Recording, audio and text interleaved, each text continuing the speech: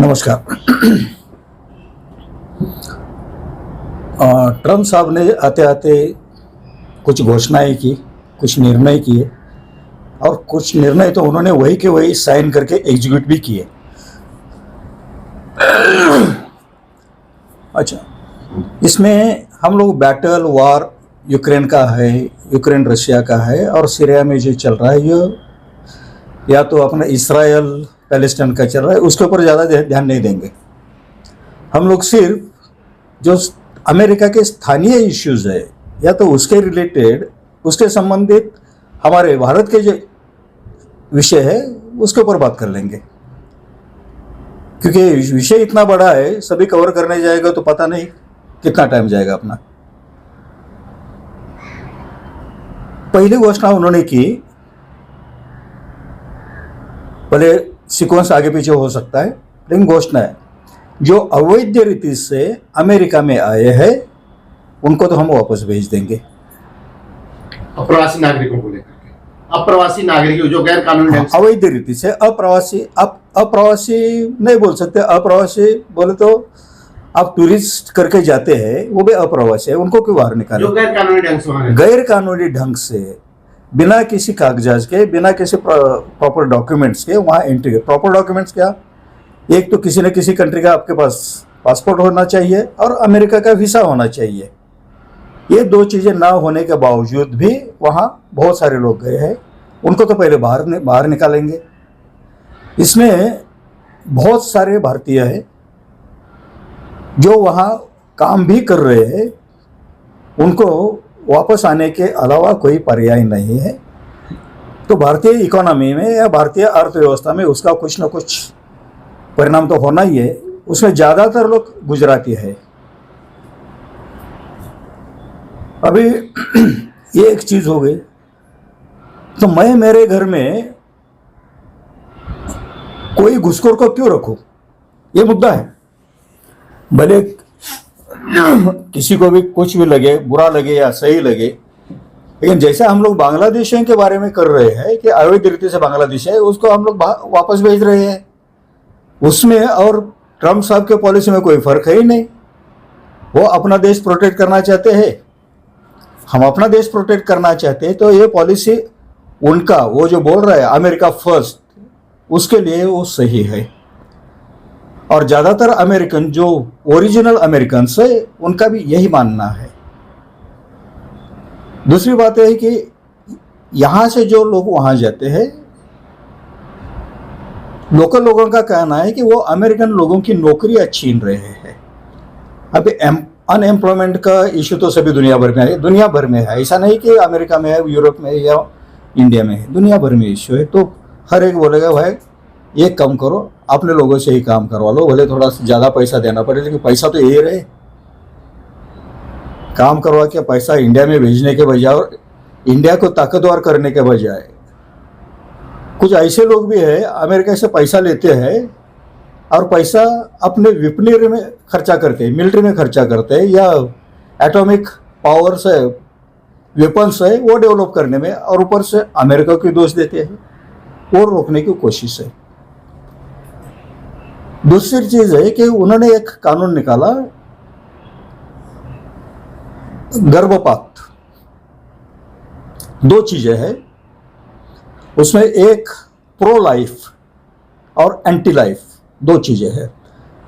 और 2010 से ट्रम्प साहब इसके ऊपर ये करे, भले वो 2016 में पहली बार जीत के आए, लेकिन उनकी तैयारी 2010 से चल रही है। उनके सलाहकारों में भी उनको बताया था कि अगर आप प्रो लाइफ है तो अमेरिकन पॉपुलेशन, पब्लिक जो आपको सपोर्ट नहीं करेंगे, वो आड़े रहे, नहीं सपोर्ट करे, कोई चिंता नहीं। लेकिन कोई भी परदेशी आए यहाँ हमारी लड़कियों को प्रेग्नेंट करके वापस चला जाए, लड़की वही रहेगी, लड़की का क्या दोष है? और उसके पेट में बच्चा पैदा हो रहा है, उसका क्या दोष है? तो बच्चे की लाइफ प्रोटेक्ट तो करनी पड़ेगी। That's a pro life means मैं गर्भपात के विरोध में हूँ और वो हिसाब को मैं कानून भी ला रहा हूं। अभी बाइडेन साहब थे या बहुत सारे, मुझे अपने ये लीजिए, क्लिंटन साहब लीजिए, ओबामा लीजिए, बाइडेन लीजिए, उनके जो पार्टी है वो एंटी लाइफ समझी जाती है। वो वर्ड थोड़ा सा खराब है, दूसरा वर्ड इसके लिए यूज करते हैं। एंटी लाइफ मीन्स गर्भपात करो मीन्स गर्भ की हत्या करो, जीव की हत्या करो, तो ये उसको मना कर रहे हैं। तीसरी बात है कि उन्होंने मेक्सिको की बॉर्डर सील की है। उनका कहना है कि ज्यादातर मैक्सिमम मैक्सिकन ही अमेरिका में आते हैं, गुंडागर्दी करते हैं, चोरी मारी करते हैं, और जो बोला ना लड़कियों को प्रेग्नेंट करके जाते हैं, ज्यादातर मैक्सिकन लोगों के ऊपर ही उनकी नजर है, तो मेक्सिको की बॉर्डर ही वो सील कर रहे हैं। ये मोटी मोटी चीज हो गई आज के लिए ट्रंप साहब की। अभी पनामा नहर के वर्चस्व को लेकर के अमेरिका और पनामा में हो रहा है, ये भी सवाल उठा है। अमेरिका ने कहा है कि आपने चीन को दिया है चलाने के लिए, उसको लेकर के भी काफी हल्ला मचा। अभी चीज है, मैंने आपको एक चीज गिफ्ट की, मैंने आपको एक चीज देनगी करके दी, गिफ्ट करके दी। जब तक आप उसका यूज कर रहे हैं, आपके बच्चे यूज करेंगे, आपके पोते यूज करेंगे, मुझे कोई एतराज नहीं है।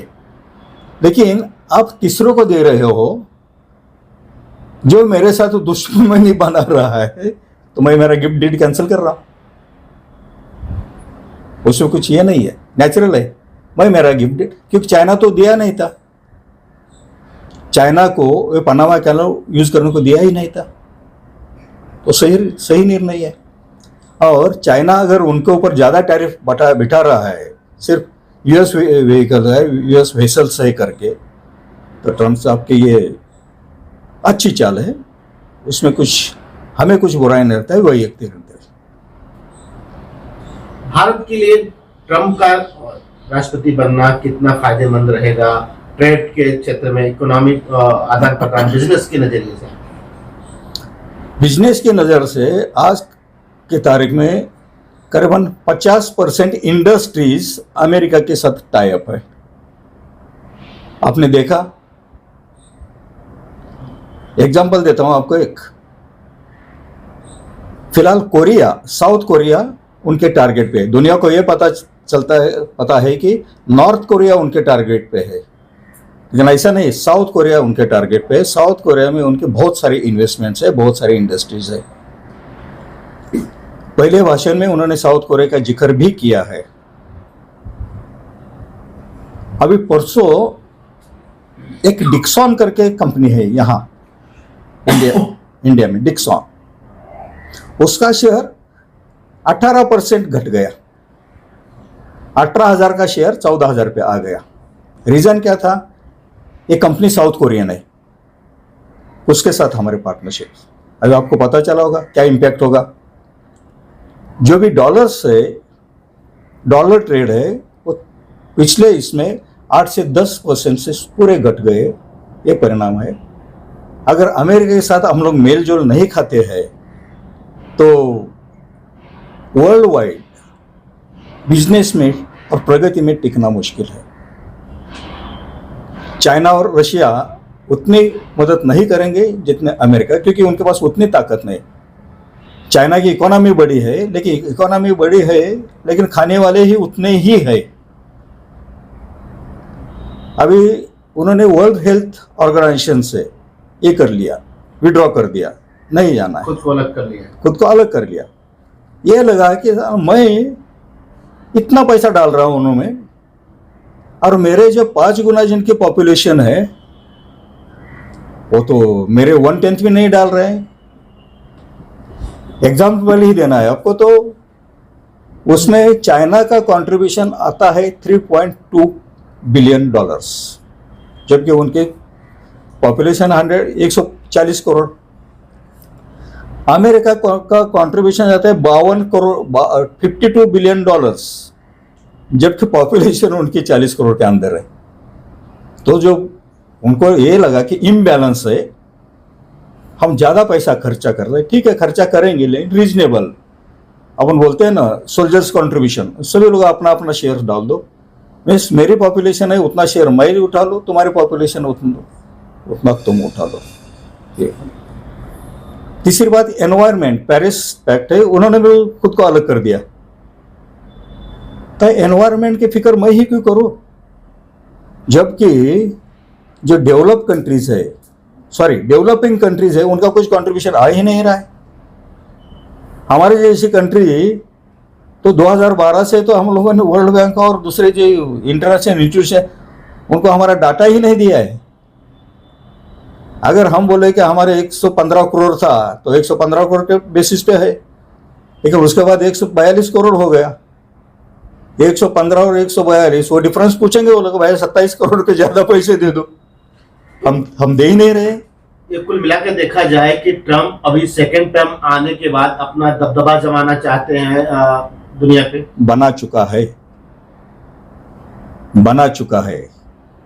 उसको उनको जरूरत नहीं था कि शपथ ही ले, जिस दिन वो विनर डिक्लेयर हो गए बना चुका है।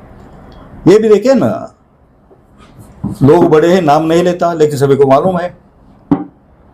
अब जैसे खान साहब के गांव में मैं गया हूँ, खान साहब की इच्छा है, अरे गौरव जी अपने आप दोस्ती है तो आप मिल के जाइए।